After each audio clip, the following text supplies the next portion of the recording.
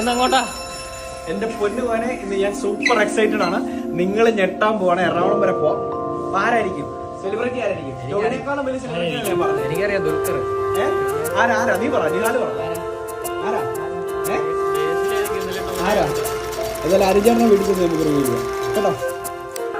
ഞാൻ ജനിച്ചെന്നു കേട്ടൊരു പേര്, പിന്നെ ആയൊരു പേര്, ഇടം തോളുന്നു മെല്ലെ ചരിച്ച്.